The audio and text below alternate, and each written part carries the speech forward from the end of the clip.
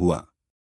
कोई भी ऐसा व्यक्ति कभी प्रकट नहीं हुआ जो वास्तव में उसकी भलाई के बारे में चिंतित हो, फिर भी उसे छोटी उम्र से ही अंधेरे में रहने, दूसरों के इरादों से बचने के लिए मजबूर किया गया, और वह कभी किसी पर भरोसा नहीं कर सकती थी।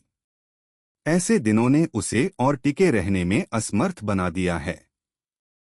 ईशान ने उस समय रॉबिन के मनोविज्ञान को हल्के से समझा, इसलिए वह आहें भरने से खुद को नहीं रोक सका। बेचारी औरत। इसलिए उसका ऋतु से बहस करने का कोई इरादा नहीं था।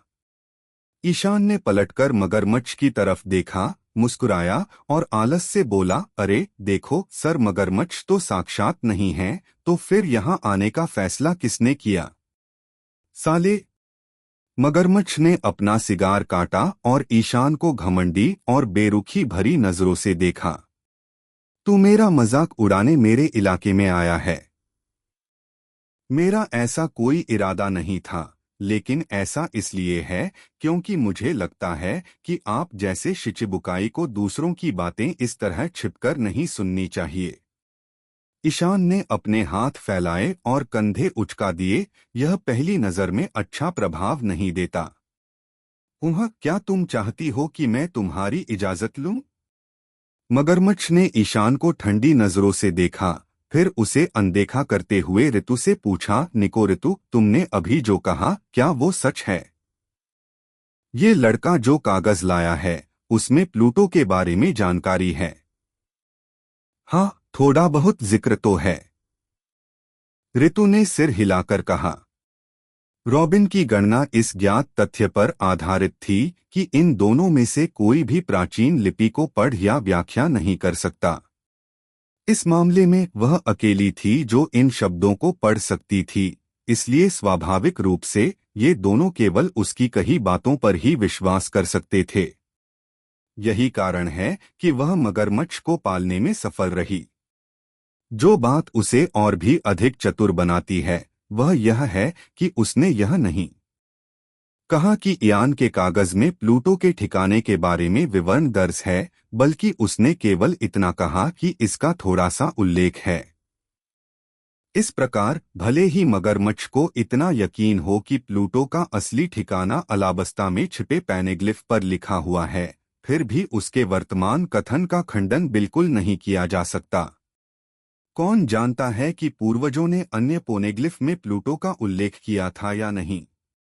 इसलिए भले ही मगरमच्छ के संदिग्ध चरित्र को रॉबिन के बयान के बारे में संदेह हो, वह इयान के हाथों में रगड़ शिलालेखों को अनदेखा नहीं कर सकता है और केवल इसे प्राप्त करने का एक तरीका ढूंढ सकता है, क्योंकि मगरमच्छ प्लूटो को जब्त करने के लिए दृढ़ था।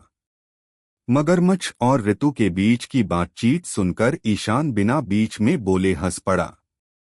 जब मगरमच्छ ने ऋतु से इसकी पुष्टि की तो वह कुछ देर के लिए चुप हो गया और फिर हुक सहित अपना दाहिना हाथ उठाकर ईशान की ओर इशारा किया, बेटा मुझे वह कागज दे दो और बदले में मैं तुम्हारा एक उपकार कर सकता हूँ।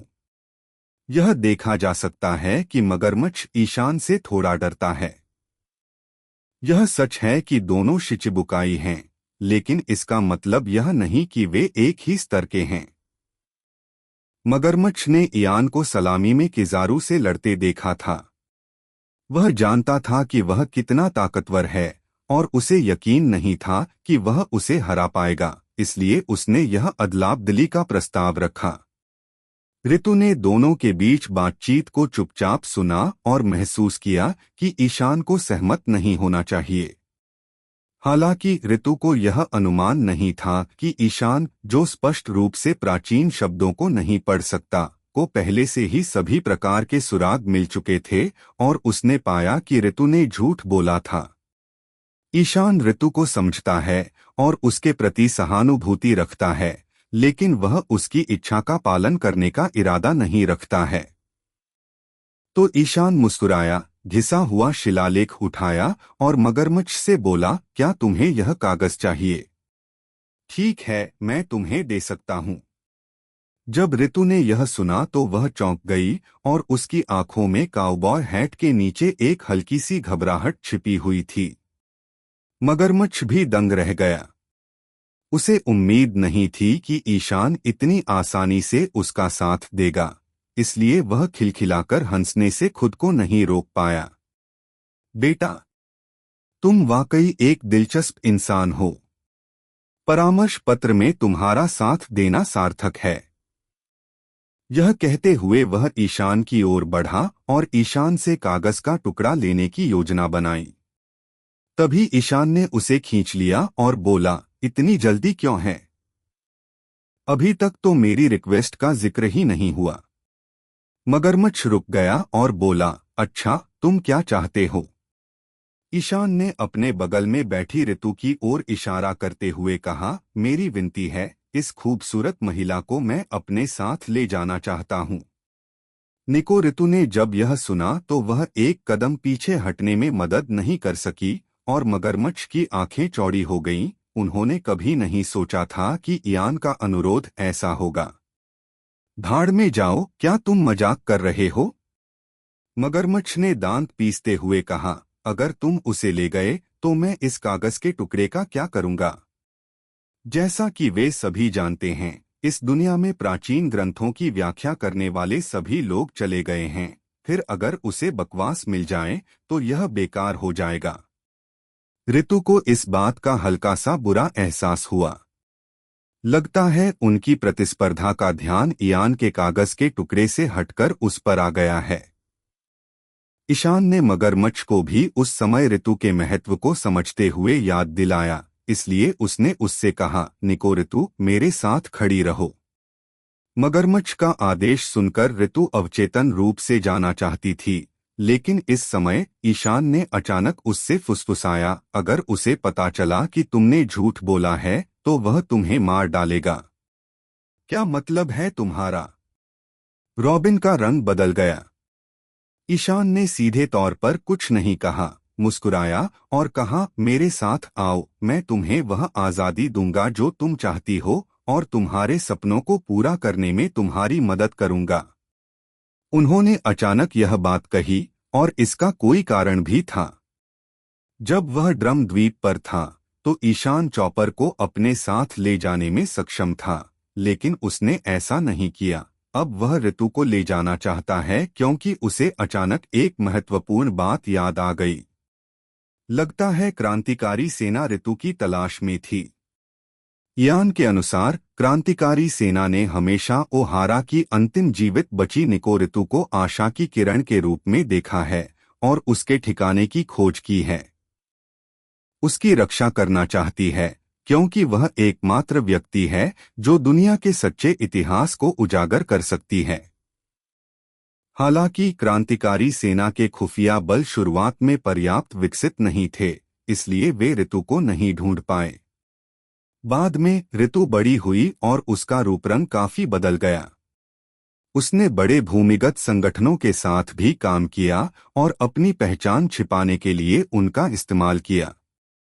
काफी समय बाद उसने मगरमच्छ संगठन में शरण ली, जिससे उन्हें उसे ढूंढना और भी मुश्किल हो गया। ईशान को छोड़कर बारोक वर्क्स एक रहस्यमय एजेंसी है, लेकिन ईशान जैसे ट्रांसमिग्रेटर के लिए उनका संगठन एक खुली किताब की तरह था। सबसे संयोग की बात यह है कि इयान की वर्तमान पहचान एक क्रांतिकारी सेना कैडर है। फिलहाल अनुमान है कि साबो अभी भी अलाबस्ता में है और हो सकता है कि वह ऋतु और साबो की मुलाकात करवा दे। इसमें कोई शक नहीं कि ऋतु अब एक बेहद खतरनाक महिला है। उसका खतरा सिर्फ विश्व सरकार द्वारा उसका पीछा किए जाने में ही नहीं, बल्कि उसके चरित्र में भी झलकता है। वह कई सालों से अंधेरी दुनिया से जूझ रही है। वह न सिर्फ हत्या और बड़े ऑपरेशन की योजना बनाने में माहिर है, बल्कि खतरे का सामना करते हुए वह बिना किसी हिचकिचाहट के अपने बॉस को बेच सकती है। यहाँ तक कि ईशान और मगरमच्छ जैसे शिचिबुकाई स्तर के किरदारों के बीच भी वह पलक झपकते ही लड़ाई छेड़ने को तैयार थी। यह दर्शाता है कि उसका दिमाग कितना खतरनाक है। हालांकि इसके बावजूद ईशान समझ गया कि वह खुद को बचाने के लिए ऐसा करने को तैयार है। ईयान की बातें सुनकर ऋतु ने उपहास का भाव प्रकट किया और ईशान से कहा, तुम क्या कह रहे हो? मैं तुम्हारी बातों को समझ सकता हूँ। ईशान ने मुस्कुराते हुए कहा, खैर, मगरमच्छ का पीछा करने से तुम्हें अलाबस्तास पोनेग्लिफ देखने को मिल सकता है, लेकिन तुमने अभी जो ऐतिहासिक पाठ मुझे समझाया है, उसके अनुसार मुझे डर है कि बाद में वह चिढ़ जाएगा। यह सुनकर ऋतु चौंकी। उसे कैसे पता चला कि मैंने झूठ बोला था? हाँ, औरत जितनी खूबसूरत होगी उतना ही झूठ बोलेगी, और स्वाभाविक है कि ऋतु को इस समय ज्यादा कुछ कहने की जरूरत नहीं है। दरअसल ईशान जो पोनेग्लिफ लाया था, उसकी सामग्री उसने अपने पास ही रखी और ईशान को एक और बात बताई। यहाँ इतिहास का सूक्ष्म पूर्वावलोकन किया गया है, लेकिन अंतर यह है कि ऋतु ने उन दोनों से झूठ बोला था और इस मामले में मगरमच्छ उसे इसके लिए मार डालेगा, लेकिन ईशान ने परवाह नहीं की और उसे बाहर निकलने का रास्ता दिया।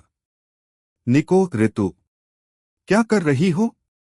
मगरमच्छ ने देखा कि ऋतु नहीं आई, लेकिन उसने ईशान से कुछ बुदबुदाया और वह अपनी आवाज बढ़ाए बिना नहीं रह सका। साथ ही उसका चेहरा और भी उदास होता गया। उसकी चीखें सुनकर ईशान ने सिर घुमाया और मगरमच्छ से कहा, मैंने कहा था, यह औरत मेरे साथ आ रही है। लड़के, क्या तुम्हारी कोई आखिरी इच्छा है? मगरमच्छ के माथे पर गुस्से से भरी नीली नस उभर आई। तुम नई दुनिया को संभाल नहीं पाए, फिर इतनी दूर से यहाँ तक आ गए, और अब तुम मुझे मेरे ही इलाके में उकसा रहे हो। मगरमच्छ, ईशान ने व्यंग्य किया, क्या तुम्हें लगता है कि मैं तुम्हारी एजेंसी का असली मकसद अलाबस्ता के लिए तुम्हारी असली योजना नहीं जानता?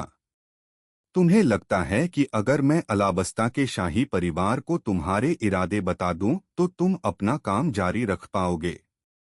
मगरमच्छ खिलखिलाकर हंसा, बोला, बेटे जा और जो चाहे कह दे, पर ये मत भूलना कि मैं भी एक शिचिबुकाई हूँ और इस देश में मैं हीरो हूँ। क्या तुम्हें लगता है कोई तुम्हारी बात पर यकीन करेगा? सच में? ईशान जरूरी काम निपटाते हुए शांत और संयमित रहा। उसने उंगली हिलाते हुए कहा, इतना घमंड मत करो। अगर मैं उनसे कहूं कि बंदरगाह पर जाकर नाचते हुए पाउडर की जांच करें, तो तुम्हें क्या लगता है क्या होगा? अरे छोटे! मगरमच्छ दंग रह गया और फिर गुस्से से भड़क उठा। इस कमीने को इतनी तेज बुद्धि कहाँ से मिली? इसने तो बारोक वर्क्स का मकसद भी पता कर लिया। तुम्हें तो खत्म ही होना है।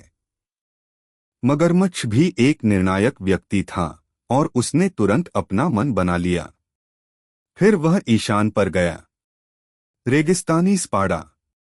मगरमच्छ ने अपना दाहिना हाथ आगे बढ़ाया और रेत का एक अर्धचंद्राकार निशान पीछे छोड़ दिया, और फिर एक अर्धचंद्राकार रेत के ब्लेड का प्रक्षेप्य बनाया, जो रास्ते में पड़ी मेजों और कुर्सियों को सीधे तोड़ता हुआ, शराब खाने की जमीन को चीरता हुआ, ईशान की ओर बढ़ गया।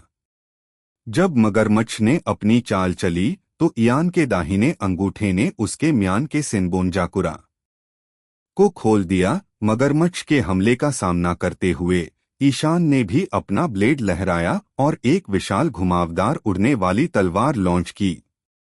दोनों प्रक्षेपास्त्र आपस में टकराए और प्रचंड वायु तरंग तुरंत सभी दिशाओं में फैल गई और एक जोरदार धमाके के साथ पूरे पब में रखी सभी मेजें और कुर्सियां दबाव में आकर मलबे में बदल गईं। ऋतु ने फटती हवा में अपनी टोपी को कसकर पकड़ लिया, साथ ही वह पीछे हट गई। इस टक्कर में कुछ भी निश्चित नहीं हुआ। मगरमच्छ ने ईशान को काटा नहीं और ईशान ने मगरमच्छ को चोट नहीं पहुंचाई। मगरमच्छ ने देखा कि एक भी वार बेअसर हो रहा है, इसलिए उसका पूरा शरीर अचानक रेत के टुकड़ों में बदलने लगा, हवा में बिखर गया, पूरे सराय में फैल गया। फिर जब वह दोबारा प्रकट हुआ तो वह पहले से ही ईयान के सिर के ऊपर था और उसका हुक ईयान के शरीर पर एक तीव्र कोण पर वार करने वाला था। हालांकि ईशान ने झुककर मगरमच्छ के हुक को पास से जाने दिया। जब उसने अपना सिर ऊपर उठाया तो सेनबोनजाकुरा का ब्लेड ऊपर उठा और मगरमच्छ की कलाई काटने के लिए तैयार हो गया। मगरमच्छ को ईशान द्वारा काटे जाने से कोई फर्क नहीं पड़ा, क्योंकि उस समय उसका शरीर रेत का एक ढेर मात्र था, लेकिन एक झलक में उसे कुछ चिंताजनक लगा। इसलिए उसने तुरंत इसके बारे में सोचा और इयान के ब्लेड से बचने के लिए अपनी कलाई की गति को नियंत्रित किया। शायद किसी और के लिए इस कट से बचना बहुत मुश्किल है, लेकिन मगरमच्छ एक लोगिया डेविल फ्रूट उपयोग करता है। वह अपने शरीर के प्रवाह को कुशलतापूर्वक नियंत्रित कर सकता है। उसका हाथ चारों ओर घूमता है, एक एस आकार का मोड़ बनाता है और उसे चोट नहीं लगती है। इयान के वार से बचकर मगरमच्छ का शरीर ईशान से बहुत दूर एक जगह पर फिर से इकट्ठा हो गया। उसने ब्लेड पर लगे बुशोशोकू हकी के सख्त होते रंग को देखा। वह खुद को गरिमा से भरकर ईशान से बोला, धिक्कार है फिर से हकी इस्तेमाल करने वाले। मगरमच्छ हकी के बारे में जानता है और ईशान को आश्चर्य नहीं हुआ। आखिरकार वह एक ऐसा व्यक्ति है जिसने व्हाइटबर्ड को चुनौती दी है। वह इस क्षमता से अनजान नहीं हो सकता। हालांकि ईशान को मगरमच्छ की आवाज में एक अजीब बात लगी और वह उससे पूछे बिना नहीं रह सका, क्या तुमने अपना नहीं जगाया? मगरमच्छ ने कुछ नहीं कहा, बस अपना समुद्री डाकू हुक पकड़ लिया और उपहास किया, मुझे उस तरह की शक्ति की आवश्यकता नहीं है। यह अप्रत्यक्ष रूप से इस तथ्य को स्वीकार करने के समान है कि वह हकी का उपयोग करने में असमर्थ था। ईशान ने यह सुना और थोड़ा उलझन में पड़ गया, क्योंकि चूंकि वह एक शिचिबुकाई है तो उसने अभी तक अपनी हकी क्यों नहीं जगाई। हालांकि यह एक सामान्य बात है। ईशान जब नई दुनिया से लौटा था तो स्वाभाविक रूप से उसने सोचा होगा कि बहुत से लोग हकी का इस्तेमाल कर पाएंगे, लेकिन राजीव ने एक बार उससे कहा था कि हालांकि हकी एक अंतर्निहित शक्ति है, लेकिन बहुत से लोग ऐसे भी हैं जो इसे अनलॉक करना नहीं जानते या नहीं कर पाते। लगता है उसने इयान के चेहरे पर शक के भाव देख लिए थे। मगरमच्छ मुस्कुराया और बोला, हालांकि मैं हकी का इस्तेमाल नहीं कर सकता, जैसा कि मैंने कहा, फिर भी मुझे उस तरह की चीज की जरूरत नहीं है। मैं लोगिया डेविल फ्रूट का इस्तेमाल करता हूँ। अगर तुम हकी से अपनी तलवार को और भी मजबूत कर भी लो तो क्या तुम्हें लगता है कि तुम सच में मुझ तक पहुंच पाओगे? ऐसा कहते ही मगरमच्छ के पैरों तले की जमीन सड़ने लगी। इस तरह का रेगिस्तानीकरण जल्दी ही पूरे पब की जमीन पर फैल गया और रेत के अनगिनत टुकड़े हवा में तैरने लगे। न केवल जमीन बल्कि यहाँ तक कि मेज और कुर्सियां जो अभी अभी टूटी थीं, वे सभी रेत में बदल गईं। उसके बाद पब की चारों ओर की दीवारें रेत के ढेर में बदल गईं। इयान की स्तब्ध आंखों में जिस पब में वे थे वह कुछ ही सेकंड में रेत का ढेर बन गया और पूरी तरह से गायब हो गया। ये दृश्य वाकई थोड़ा अवर्णनीय है। एक अच्छा खासा बना बनाया घर पल भर में धूल में बदल गया। ऐसा लग रहा है जैसे तेजाब से घुल रहा हो। जब मधुशाला गायब हुई तो ईशान, मगरमच्छ और निकोरितु तीनों लोगों की पहचान सबके सामने आ गई। हालांकि वह एक सुनसान गली थी, फिर भी कुछ लोग वहां से गुजर रहे थे। खासकर जब एक घर अचानक गायब हो गया तो यह घटना और भी आकर्षक हो गई। क्या हुआ? मधुशाला कहाँ है? ये तीन लोग कौन हैं? आह, वह व्यक्ति तो सर मगरमच्छ लगता है। क्या हो रहा है? तलवार वाला आदमी कौन है? कोई समुद्री डाकू? अलुबर्ना के निवासियों ने अचानक गायब हो रहे पब और तीन साथियों की अचानक उपस्थिति को देखा। वे सभी उनकी दिशा में इशारा कर रहे थे, लेकिन कुछ लोग जो मगरमच्छ की क्षमताओं को जानते थे, उन्होंने खतरे को थोड़ा सा भांप लिया था।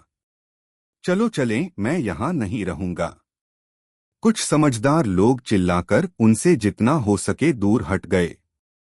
साथ ही दुर्घटना से बचने के लिए कुछ लोग दौड़कर शाही रक्षकों को सूचना देने भी गए। हाँ हाँ, इन लोगों को देखो। मगरमच्छ ने घबराई हुई भीड़ की तरफ मजाकिया अंदाज में देखा और बाहें फैलाकर कहा, तथाकथित कमजोर लोगों पर तो मजबूत लोगों का शासन होना तय है, तो फिर क्या तुम यह नहीं सोचते कि मैं कमजोर हूं क्योंकि मैं अपने हुक को काला नहीं रंग सकता? ईशान ने उसकी ओर देखा और कुछ नहीं बोला, क्योंकि वह नहीं जानता था कि इस वाक्य का क्या जवाब दे। दरअसल जब उसने गौर से सोचा तो ईशान को याद आया कि मगरमच्छ ही एकमात्र शिचिबुकाई था जिसके पास लोगिया डेविल फ्रूट था। बाकी शिचिबुकाई, चाहे भावना हैनकॉक हो या गेको मोरिया या डोफ्लामिंगो और कुणाल, इन चारों ने पैरामीशिया फल खाए थे, जबकि बाकी जैसे मिहॉक और जयदेव डेविल फ्रूट नहीं खाते थे। केवल मगरमच्छ के पास ही लोगिया फल था। और लोगिया डेविल फ्रूट को 3 प्रकारों में सबसे मजबूत माना जाता है। मगरमच्छ ने भले ही अपनी हकी को न जगाया हो, लेकिन इसका मतलब यह नहीं कि वह कमजोर है। शिचिबुकाई की उपाधि पाना ही उसकी ताकत की सबसे बड़ी पहचान है।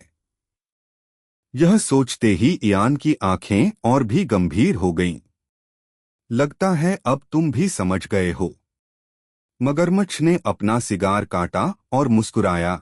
हकी को जगाने का सौभाग्य मिलने का मतलब यह नहीं कि तुम सभी शैतान फल उपयोगकर्ताओं को हरा सकते हो, और इस रेगिस्तानी देश में तुम मेरे ही घर में मुझसे लड़ रहे हो। उसके बाद मगरमच्छ की शक्ति फिर से फूट पड़ी। उसने जमीन को छुआ और ग्राउंड से को, जो एक निर्जलीकरण क्षमता है, का इस्तेमाल किया, जिससे उसके आसपास का एक बड़ा हिस्सा सूख गया, और फिर उसने सड़क पर दरारें डाल दीं। जब यह सूखापन अपनी चरम सीमा पर पहुंच गया, तो आसपास की वस्तुएं भी मरुस्थलीकरण की प्रक्रिया में प्रवेश कर गईं। पब के पास 2 मकान ढहने लगे, एक मजबूत इमारत तुरंत रेत के ढेर में बदल गई, और फिर यह सिलसिला एक के बाद एक चलता रहा। अगर इन तीनों की उपस्थिति के कारण ऐसा नहीं होता और आसपास के लोगों को उस क्षण की गर्मी महसूस नहीं होती और वे घटनास्थल से भाग जाते, तो मगरमच्छ इस प्रक्रिया में कई लोगों को मार सकता था। इमारतों के अलावा सड़क पर लगे कुछ पौधे भी मौसम की मार झेलकर मुरझा गए। मगरमच्छ ने अपनी शैतानी फल क्षमता जगाई तो 100 मीटर के दायरे में घास ही नहीं बची। इस बिंदु पर ईशान ने पुष्टि की कि मगरमच्छ का रेतरेत फल बहुत खतरनाक है। बड़ी संख्या में इमारतें धूल में बदल जाने के बाद ये ढेर आसपास की रेत में मिल गए, और फिर मगरमच्छ ने पूरे इलाके पर कब्जा कर लिया। ऐसा होते ही रेत का विशाल ढेर धीरे धीरे हवा के साथ घूमने लगा और तेज होता गया। कुछ ही देर में तीनों लोगों के चारों ओर रेत का एक विशाल तूफान बन गया। हालांकि तूफान का आकार बहुत बड़ा नहीं था, फिर भी उसने तीनों को अपनी चपेट में ले लिया। तूफान के कारण ईशान के आसपास का क्षेत्र अंधेरा होने लगा था और ऐसा लग रहा था जैसे सूर्यास्त हो गया हो, लेकिन इस समय इयान का ध्यान रेत के तूफान से हट गया, क्योंकि उसने देखा कि उसके जूते सड़ने लगे थे। हालांकि ईशान द्वारा पहने गए जूते लफी के जैसे सैंडल नहीं थे, बल्कि चमड़े के जूते थे, जो सड़ने वाले पदार्थ के नहीं होते। लेकिन समस्या यह है कि किसी भी वस्तु में नमी की एक निश्चित मात्रा होती है। मगरमच्छों का कटाव चक्र जमीन से शुरू हुआ था और इयान के चमड़े के जूते जमीन को छूते थे, इसलिए वे प्रभावित हुए। ईशान को संदेह था कि जब उसके जूते सूख जाएंगे और सड़ जाएंगे, तो उसके पैर रेत को छू लेंगे, उसके शरीर का पानी मगरमच्छ की क्षमता से चूस लिया जाएगा। यह क्षमता अब बंद होनी चाहिए। ईशान ने ऐसा सोचा, अपने दाहिने हाथ पर पट्टी खींची और घंटी की कर्कश ध्वनि के साथ इयान की कलाई से ब्लैक ड्रैगन तरंग निकली। जब उसने जादुई पट्टी खोली तो उसकी बाह के पास की हवा में चिलचिलाती गर्मी से जलन हो रही थी।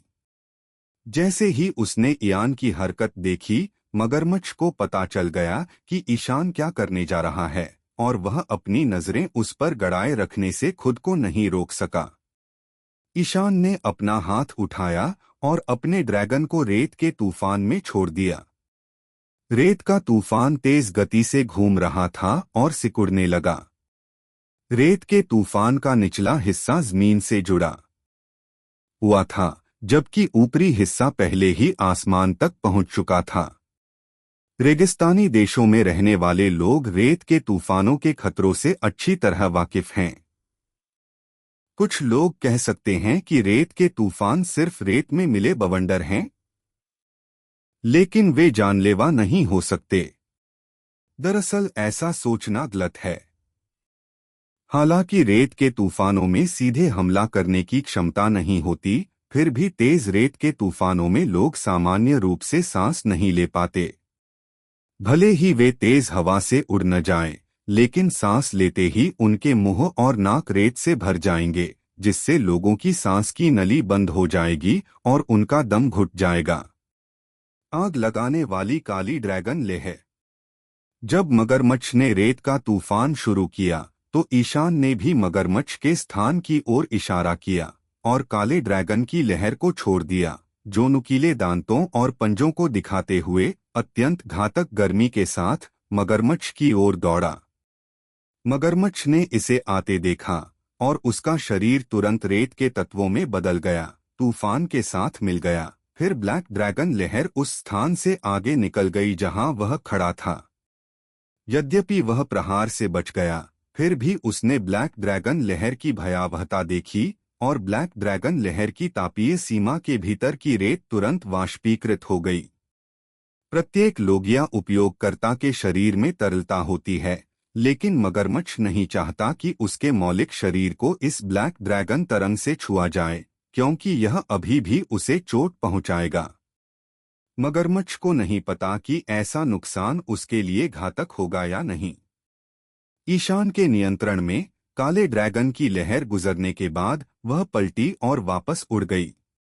ईशान ने रेत के तूफान में अपने शरीर को मजबूती से जमा लिया, हवा को हिलने नहीं दिया, साथ ही उसने अपनी सांस रोक ली और काले ड्रैगन की लहर को नियंत्रित करने और मगरमच्छ पर हमला करने की पूरी कोशिश की। हालांकि मगरमच्छ ने अपनी सतर्कता नहीं छोड़ी। जब उसे पता चला कि काला अजगर वापस आ रहा है, तो उसने तुरंत अपना शरीर रेत में बदल लिया और तूफान में छिप गया।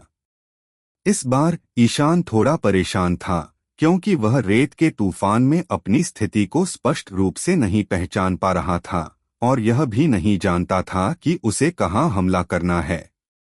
इसे कहते हैं घरेलू फायदा। ये लोगिया उपयोगकर्ता अगर युद्ध के मैदान में अपने अनुकूल माहौल बना सकें, तो न सिर्फ उनकी युद्ध क्षमता बढ़ेगी, बल्कि उनकी रणनीति भी विकसित होगी। कल्पना कीजिए कि अगर आओकीजी ग्लेशियर के वातावरण में लोगों से लड़ रहे होते या अकैनु ज्वालामुखी में लड़ रहे होते तो क्या होता। धिक्कार है, ये मगरमच्छ वाला तो वाकई धूर्त है। ईशान ने डांटा, पीछे मुड़ी, आंखें सिकोड़ी और पास ही निको ऋतु को देखा।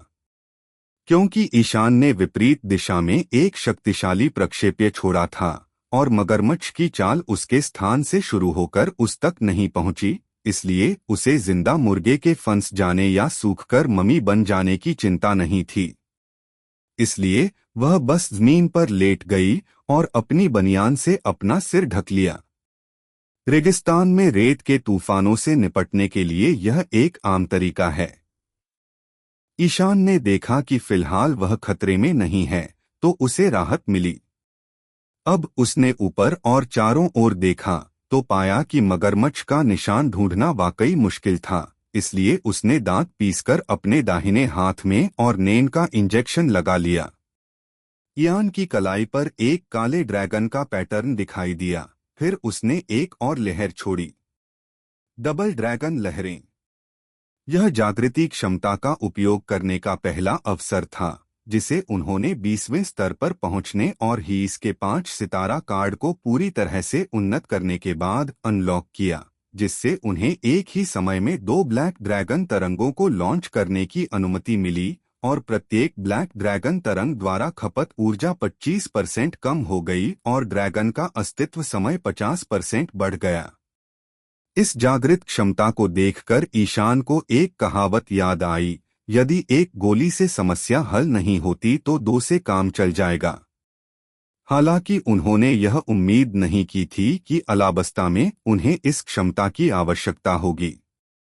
जब दूसरी ब्लैक ड्रैगन लहर छोड़ी गई तो ईशान ने दो झुलसते ड्रैगनों के उड़ान पथ को नियंत्रित करना शुरू कर दिया। इस बार दूसरी लहर बेतरतीब ढंग से नहीं उड़ी, बल्कि इयान के सिर के ऊपर से गुजरी और दूसरे ड्रैगन से लिपट गई, एक दोहरी हेलिक्स मुद्रा बनाते हुए, ऊपर की ओर उड़ते हुए और अपनी आग उगलती लपटें छोड़ते हुए। जला दो ये सारी रेत। ईशान ने सिर उठाया और उड़ती हुई काली ड्रैगन लहरों को घूरने लगा। तूफान में अनगिनत उग्र रेत झुलसती लपटों से तेजी से वाष्पीकृत होने लगी और उनकी गर्मी ने हवा को भी प्रभावित किया, जिसके कारण मगरमच्छों का रेतीला तूफान जल्द ही ढह गया और घूमना बंद कर दिया। तूफान से निपटने के बाद आखिरकार ईशान सांस लेने में सक्षम हो गया। तभी उसे अचानक पता चला कि वह डूब रहा है। रेगिस्तानी सूरजमुखी। इयान के पैरों के नीचे अचानक एक बड़ा सा गोल गड्ढा उभर आया। मगरमच्छ की सुखाने की क्षमता ने इस जमीन को प्रभावित किया था, जिससे आसपास रेत का एक गड्ढा बन गया और उसने ईशान को निगलना शुरू कर दिया। ईशान ने बाहर निकलने की कोशिश की, लेकिन पाया कि वह गड्ढे में और भी गहरे धंसता जा रहा था। वह एक बुरी स्थिति में फंस गया था। मगरमच्छ के शरीर का ऊपरी आधा हिस्सा किनारे पर दिखाई दिया। गड्ढे की ओर देखते हुए बोला, बेटे, क्या तुमने सोचा था कि मैं रेत के तूफान में मिल गया हूँ? गलत। मैंने तुमसे कहा था, हम मेरे घर में लड़ रहे हैं। ईशान को तब एहसास हुआ कि वह कहाँ गया था। मगरमच्छ जमीन में छिपा था। अरे, क्या तुम शिनोबी हो? ये तो बड़ी परेशानी वाली बात है। ईशान ने उसकी तरफ ध्यान नहीं दिया। वह ब्लैक ड्रैगन लहरों को नीचे बुलाने और फिर उनकी ऊर्जा से उड़ जाने के बारे में सोच रहा था। अचानक उसे लगा कि दो बाहें उसे अपनी बगलों में जकड़े हुए रेत के गड्ढे से बाहर खींच रही हैं। ये दोनों हाथ नाजुक और पतले लग रहे थे, जिससे ईशान को समझ आ गया कि क्या हो रहा है, और वह मुस्कुराया। लेकिन जब उसने पलटकर देखा तो वह चौंक गया, क्योंकि उसने निकोल को ढूंढ लिया था। ऋतु भी उसके साथ रेत के गड्ढे में थी। इस समय उसका आधा शरीर रेत में धंसा हुआ था। उसने अपने दोनों हाथों को आगे की ओर क्रॉस करके अपनी फूल फल की क्षमता का इस्तेमाल करते हुए ईशान को गड्ढे से बाहर निकाला। आपको इसकी आवश्यकता नहीं है, ईशान सिर्फ बोलना चाहता था, लेकिन वह कुछ और हाथों से विचलित हो गया जो एक पंक्ति में आगे बढ़ गए और इयान के शरीर को दलदली गड्ढे से बाहर लुढ़काना शुरू कर दिया। ऋतु ने अपनी क्षमता का इस्तेमाल कर ईशान की मदद की। आइए थोड़ा समय पीछे चलें। अलुबारना के शाही महल में राजा नाग रक्षकों की रिपोर्ट सुन रहा था। राज्य में प्रवेश करने के बाद ईशान अपनी पहचान छिपाना नहीं चाहता था, इसलिए स्वाभाविक रूप से उसकी उपस्थिति की खबर महाराज तक पहुंच गई। यह कहना उचित है कि जब कोई शिचिबुकाई विश्व सरकार के गठबंधन के भीतर देशों में दिखाई देता है और यदि उसके पास थोड़ा शिष्टाचार है तो उसे उनसे मिलने के लिए महल में आना चाहिए। लेकिन इयान की यात्रा का उद्देश्य नेफरतारी परिवार से संबंधित नहीं था, इसलिए वह महल में नहीं आया और कोबरा से नहीं मिला। हालांकि कोबरा इससे नाराज नहीं था, उसे ऐसे शिष्टाचार की परवाह नहीं है। अब वह इस बारे में सोच रहा है कि नया शिचिबुकाई सदस्य ईशान अलाबस्ता की अपनी यात्रा से क्या चाहता है। कोबरा कोई युवा अपरिपक्व राजा नहीं है। वह लंबे समय से अपने देश की देखभाल करते हुए कड़ी मेहनत कर रहा है। उसके चेहरे से ही पता चलता है कि उसने कितना अनुभव किया है। अलाबस्ता इस समय मुश्किल दौर से गुजर रहा था। लंबे समय से चल रहे सूखे के बावजूद विद्रोहियों ने भी एक संगठन स्थापित कर लिया है जो खतरे की स्थिति में पहुंच गया है और वे पलायन करने लगे हैं। जिससे कोबरा बहुत चिंतित है। ऐसा अशांत देश अक्सर लालची लोगों को आकर्षित करता है। इस दौरान अलाबस्ता में दुष्ट समुद्री लुटेरों की संख्या धीरे धीरे बढ़ती गई। अगर मगरमच्छ ने इसे दबाने में मदद नहीं की होती तो अकेले पहरेदार इस अव्यवस्था के सामने खुद को शक्तिहीन पाते। हालांकि मगरमच्छ हर बार जब वह किसी समूह का सफाया करता है तो समुद्री डाकुओं द्वारा लूटा गया माल लूट के रूप में ले जाता है, लेकिन किसी को इस पर कोई आपत्ति नहीं है। अलाबस्ता में मगरमच्छ की प्रतिष्ठा बहुत ऊंची थी, यहाँ तक कि कोबरा भी सच्चाई के अभाव में मगरमच्छ की मदद के लिए बहुत आभारी था। इसलिए जैसे ही अलुबरना में इयान की मौजूदगी की खबर महाराज तक पहुंची, कोबरा को सबसे पहले मगरमच्छ का ख्याल आया। वह इयान के इरादों को भाप नहीं पाया, इसलिए उसे चिंता हुई कि कहीं ईशान मगरमच्छ को ढूंढ तो नहीं रहा। चाका। कोबरा ने सिर घुमाया और अलाबस्ता साम्राज्य के 2 प्रमुख रक्षकों में से एक चाका से, जो उसके पास खड़ा था, पूछा, क्या तुम ईशान नाम के इस युवक के बारे में कुछ जानते हो? काले बालों वाला चाका एक जोआन श्रेणी का शैतान फल उपयोग करता है जो उसे सियार में बदलने की अनुमति देता है। वह और पेल द फाल्कन एक ही रैंक के हैं और दोनों के पास जोआन श्रेणी के शैतान फल हैं जिन्हें अलाबस्ता संरक्षक देवता मानते हैं, इसलिए पूरा शाही परिवार उन पर बहुत भरोसा करता है और दोनों कोबरा के प्रति भी काफी वफादार हैं। मैंने इस मामले के बारे में कुछ जानकारी इकट्ठा की है। चाका ने सिर हिलाया और कहा, मुझे लगता है कि यह नया शिचिबुकाई बहुत खतरनाक व्यक्ति है। वह कैसे? कोबरा ने अपनी दाढ़ी छूते हुए पूछा। चाका ने कहा, जब वह पहली बार सतह पर आया तो उसने पवित्र भूमि में आग लगाकर शुरुआत की, विश्वरईसों सेलेस्टियल ड्रैगन के खिलाफ युद्ध किया और फिर 2 बार एक एडमिरल के खिलाफ लड़ाई लड़ी। इसके अलावा मुझे हाल ही में कुछ खबर मिली कि ड्रम द्वीप के राजा वापोल को एक समुद्री डाकू ने मार डाला था। वापोल? कोबरा ने आश्चर्य से चाका की ओर देखा। हे मारा गया? हाँ? चाका ने गंभीरता से सिर हिलाया। हालांकि मुझे वह राजा पसंद नहीं आया क्योंकि उसने हमारी प्यारी राजकुमारी विवी के साथ जो किया वह सच है।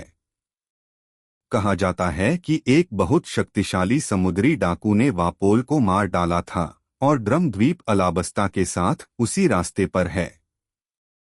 कोबरा ने विचारमग्न होकर कहा, तुम्हारा मतलब है जिस व्यक्ति ने वापोल को मारा वह संभवतः नया शिचिबुकाई है? ये तो बस अंदाजा है। चाका ने कहा, आखिरकार वो अचानक अलाबस्ता में आ गया, इसकी कोई संभावना नहीं कि वो उड़कर यहाँ आया हो। जैसा कि चाका ने बताया, कोबरा को भी लगा कि इस अपराध के लिए ईशान ही सबसे ज्यादा संदिग्ध था। एक देश के राजा की हत्या करते हुए कोबरा का चेहरा थोड़ा उदास था, तो वह अलाबस्ता में क्या करना चाहता है? यह तो अप्रत्याशित है। चाका ने सिर हिलाया, तो इस दौरान पेल और मैं हमेशा तुम्हारे साथ रहेंगे। इसीलिए चाका ने कहा कि ईशान एक खतरनाक इंसान है। क्योंकि उसे वापोल की हत्या का शक था, इसलिए कोई भी यह अनुमान नहीं लगा सकता कि अलाबस्ता आकर इयान क्या करेगा। हालांकि उसे पता नहीं क्यों ईशान के बारे में कोबरा की राय चाका से कुछ अलग थी। अगर वे इयान के अतीत पर ध्यान से ध्यान दें तो उन्हें पता चलेगा कि उसके निशाने पर सभी बुरे लोग थे। सेलेस्टियल ड्रैगन जाहिर है, हालांकि वे विश्व के कुलीन हैं, कोबरा भी उनके व्यवहार से बहुत असहज है। वापोल भी ऐसा ही था, हालांकि वह एक देश का राजा है, कोबरा को उसमें राजा होने के कोई गुण नजर नहीं आते। चाका ने जो कहा उसके बारे में उसे व्यक्तिगत रूप से बचाने के लिए कोबरा उदासीन महसूस करता है। वह सोचता है कि चाका की चिंताएं आवश्यक नहीं हो सकती हैं, लेकिन निश्चित रूप से वह उसकी दयालुता को मना नहीं कर सकता। उन्होंने अचानक बोलना शुरू किया और अपने शाही रक्षक से पूछा, क्या आपने हाल ही में विवी से कुछ सुना है? अलाबस्ता में सूखे की शुरुआत के बाद से इस असामान्य जलवायु ने शाही परिवार में कुछ संदेह पैदा कर दिया है, लेकिन इस समय राजकुमारी विवी ने अपने देश में एक रहस्यमय संगठन बारोक वर्क्स को संचालित होते हुए पाया है। इसलिए उसके अंतर्ज्ञान ने उसे बताया कि यह संगठन अलाबस्ता में कुछ संदिग्ध गतिविधियों को अंजाम दे सकता है और वह एक अंडरकवर के रूप में उनके साथ शामिल होने के लिए स्वेच्छा से आगे आई। कोबरा उसे रोक नहीं सका, इसलिए उसे अलाबास्ता शाही रक्षक दल के कप्तान इगाराम को उसके साथ बारोक वर्क्स में शामिल होने और उसकी रक्षा करने के लिए भेजना पड़ा। अब तक राजकुमारी विवी 1 साल से इस संगठन में गुप्त रूप से काम कर रही हैं। कोबरा का सवाल सुनकर चाका ने सिर हिलाया। राजकुमारी विवी ने जवाब में एक संदेश भेजा है जिसमें लिखा है कि बारोक वर्क्स का इस सूखे से संबंध हो सकता है, लेकिन इसके पीछे कोई बहुत शक्तिशाली व्यक्ति भी हो सकता है। लेकिन वह अभी भी यह तय नहीं कर पा रही है कि वह कौन है। कोबरा ने सिर हिलाया और कुछ कहने वाला था, लेकिन इस समय गार्ड का एक सदस्य अचानक हॉल में भाग गया और भयभीत स्वर में कहा, महामहिम 2 शिचिबुकाई सर मगरमच्छ और ईशान अलुबरना शहर में लड़ रहे हैं। क्या? कोबरा चौंक गया और तुरंत खड़ा हो गया। शहर में भी बहुत बड़ा रेतीला तूफान आया है। गार्ड ने अपनी रिपोर्ट जारी रखी। कोबरा और चाका बड़े हॉल से बाहर भागे, महल की बालकनी पर खड़े होकर शहर की ओर देखने लगे। तभी अचानक वहां एक बवंडर आया जो भारी मात्रा में रेत लेकर आया था। लेकिन आश्चर्य की बात यह थी कि रेत का तूफान आगे नहीं बढ़ा, बल्कि उसी स्थान पर तेजी से घूमता रहा। न केवल कोबरा बल्कि अलुबारना में लगभग सभी लोगों ने तूफान देखा। जल्दी करो, तुरंत जाओ और आसपास के लोगों को बाहर निकालो।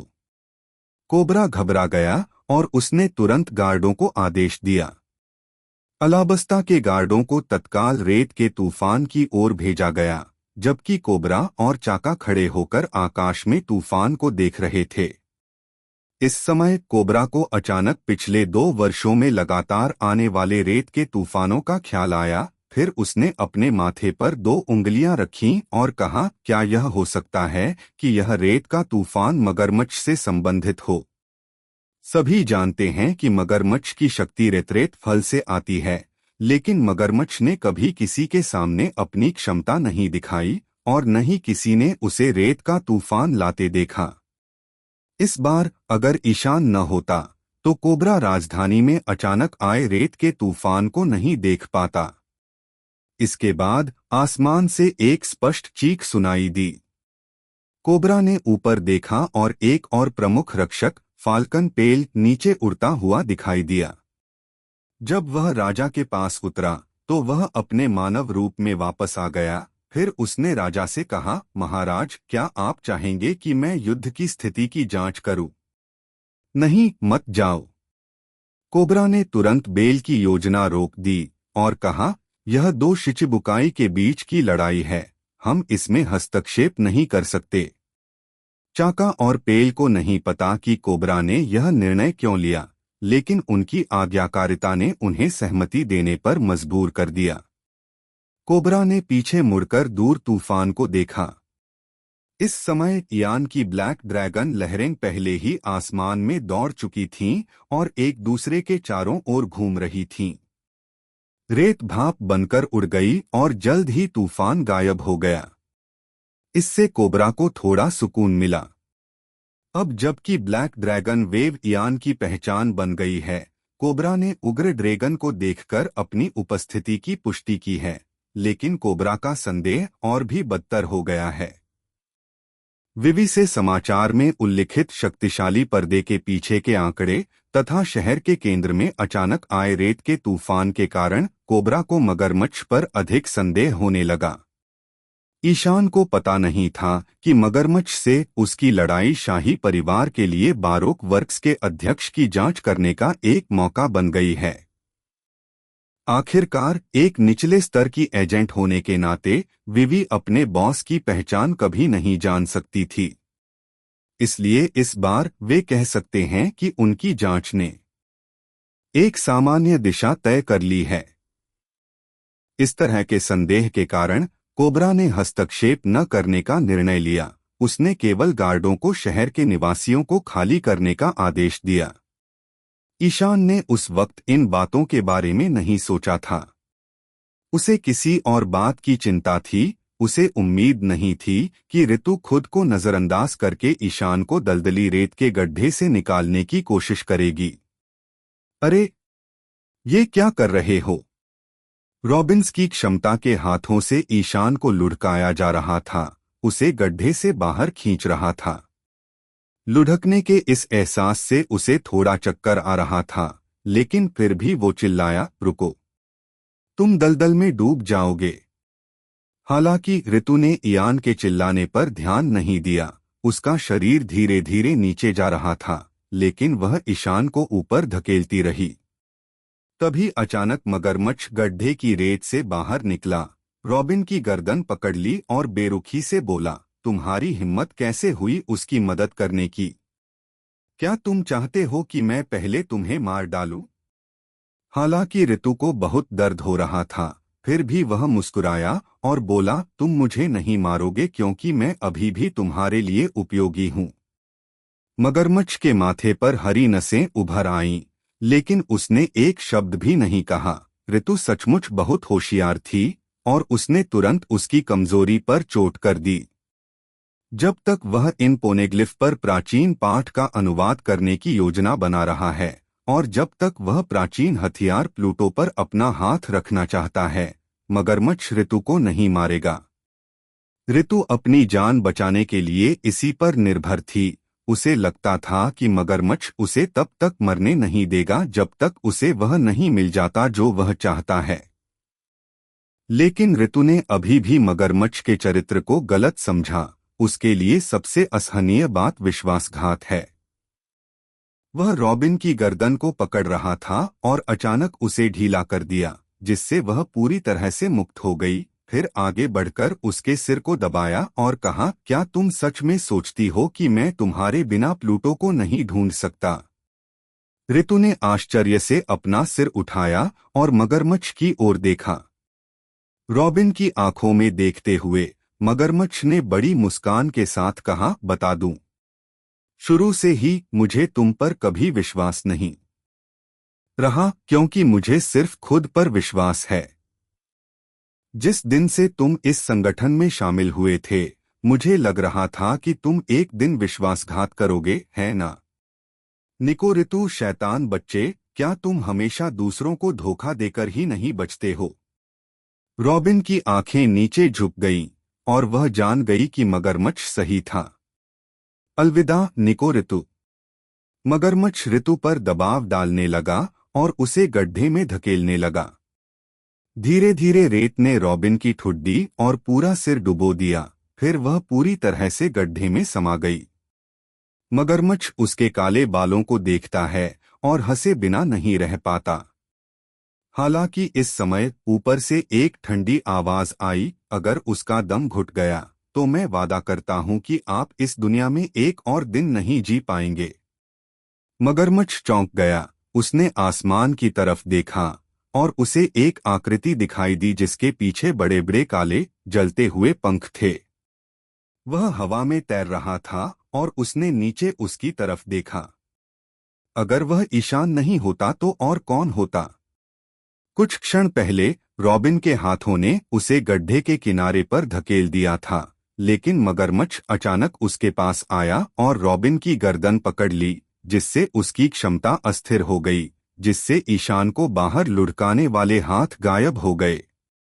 अपनी किस्मत से जब ईशान बाहर निकलने ही वाला था, रॉबिन के रहस्यमय हाथ गायब हो गए और ईशान फिर से नीचे गिरने लगा।